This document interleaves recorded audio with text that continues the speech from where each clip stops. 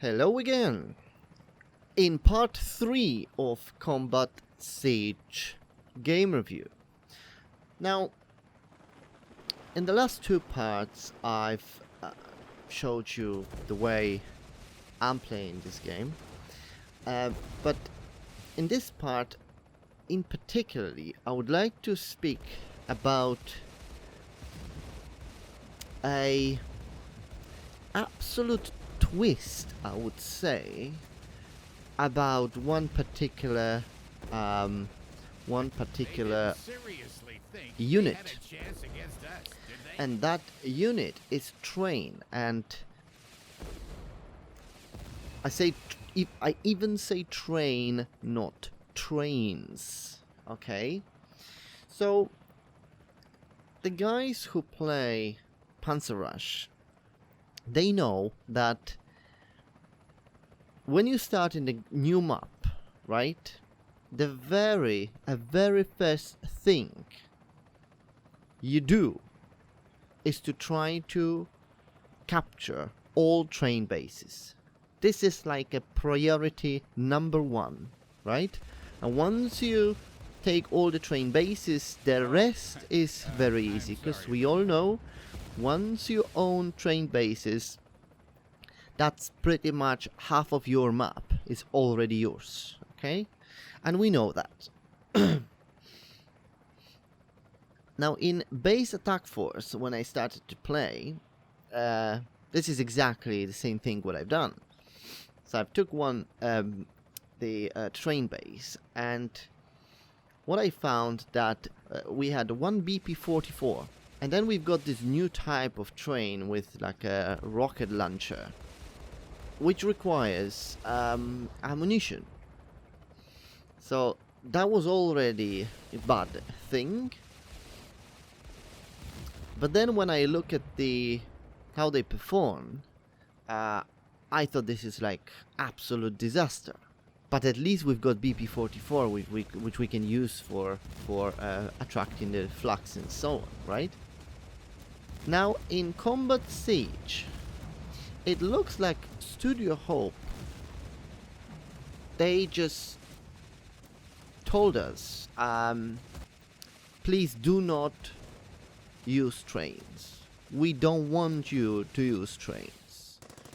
So they not only got rid of BP-44s, so we only have one train, which is the rocket launcher.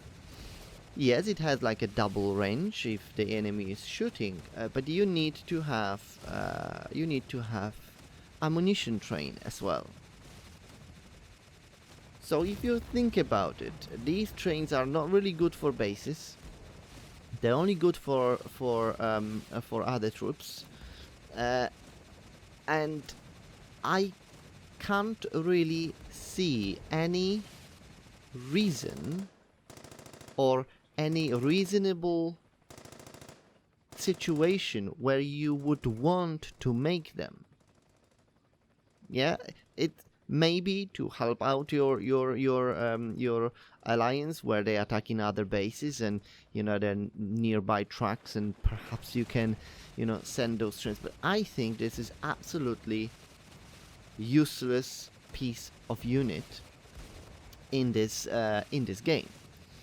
So, unlike Panzer Rush, I think they might just get rid of the train bases at all, because it's no point. I'm not quite sure whether the train with ammunition can supply the ammunition to other troops. Now, if they can do that, then perhaps you can use that for that purpose. But other than that, I don't think there is any use of the train. And right now in that game, the moment you see, or even if the moment you start in the game from scratch, you see the train base, this is probably the very last base you want to take. But for some reason, many people are going for it. I mean, they still kind of think, unless these guys are the guys like me, where they really think that they're gonna achieve a lot if they take those train bases. But I guess the people who played with these games, they know that this is big no-no. I would rather take a normal base which is in a more strategic location rather than a train base. So I think this is a disaster in this in this game, the train base. Now the planes. What I've noticed with the planes, and again, I think this is also a disaster, and I'm not quite sure how to use the planes properly. You've got these bombers, which are very heavy, with a very high damage. But if you fly those planes on the fully upgraded base, they will not last 2 seconds. Okay? I'm just saying about the fully upgraded flags. So if you have a bunch of them, and I've made a video already, I believe, with the stealth bombers. Yeah, I think it was a 2 or 3 seconds they can last. So you can have a bunch of them, and you're not gonna really make a huge damage. And because they only last so, little, you can't really use them at the beginning of the battle, right? So you can only go when you have like a last row of flags, and ideally if those flags are not the level 10 or level 11, because otherwise they will go down very quickly. So I can't really see the point of making those bombers unless you start in the game and you've got some weak bases and you want to just get them down quickly, right? So perhaps only then, but then you need to make ammunition. So I don't think I can compare them to Pumas, and I think the Pumas are no-brainer. So any planes which is designed for bases, again, is probably as useless as the train in this game. Now someone can correct me if I'm wrong, because I've been playing this game a while ago, but I think also having a plane, even if the flags are attacking a particular, let's say a set of AMLs, the moment the plane starts shooting at the flags, they will pick the plane. So they will not even finish the set of AML. They will just start shooting at the plane. I think that's what it is.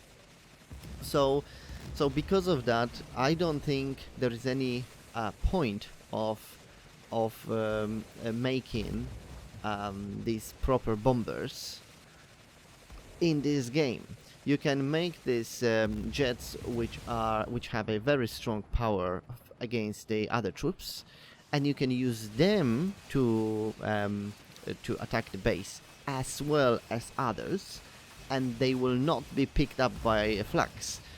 But again, the damage against the bases caused by those planes are very little.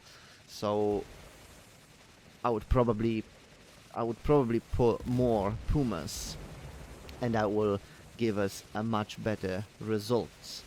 So bombers in this game and trains, I think this is a disaster, especially if we compare that to Panzer Rush. So I mean, I can't even compare that to Panzer Rush. It's the Panzer Rush is the bombers and the trains are a very main units in the game, where in combat siege they are probably at the last position. Although if I were gonna pick bombers or trains, I would probably pick bombers, because at least you can use them for a weaker basis, and perhaps the stealth units as well, where the trains are like completely useless, absolutely completely useless. Now there is no Bredas in this game, and AML is being used as a sort of equivalent to breeders.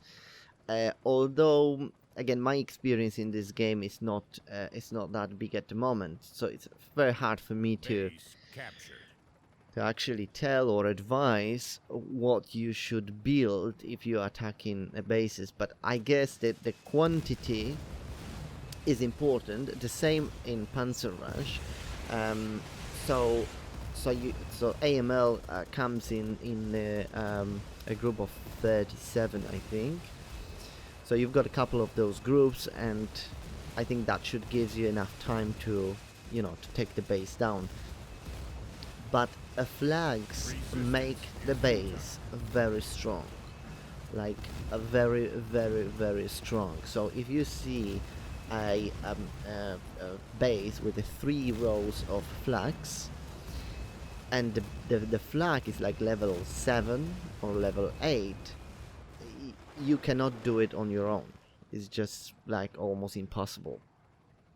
Even if you would own half of the map, it would be still probably impossible.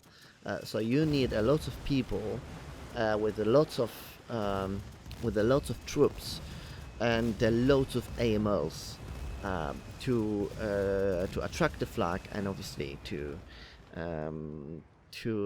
take it down. You can see in here a bunch of F-16s, and I'm using them. They've got a very strong armor, so I'm using them to attract the flak, and therefore I can take them down. I believe with the base attack force, they were as strong, but they were limited to ammunition, where in here you don't have that limitation. I was even quite nicely surprised that in base attack force I did say that the ammunition in helicopters and planes is killing the enjoyment of those. And as I said that, this new game came without the ammunition for the planes and for the helicopters. I think there's still a few planes which have an ammunition limitation of ammunition, but helicopters, I think there is not a single helicopter with ammunition, which is great. So probably it was coincident, but it was a nice coincidence. So at least that's why this game I'll probably enjoy much better than base attack force. But for now, I think the Panzer Rush is, I would still say it's number 1 compared to this one. But that would be the second position. So that's all. That's the end of part 3. I don't have much more footage of that game, and at the moment I'm kind of jumping between a few other games.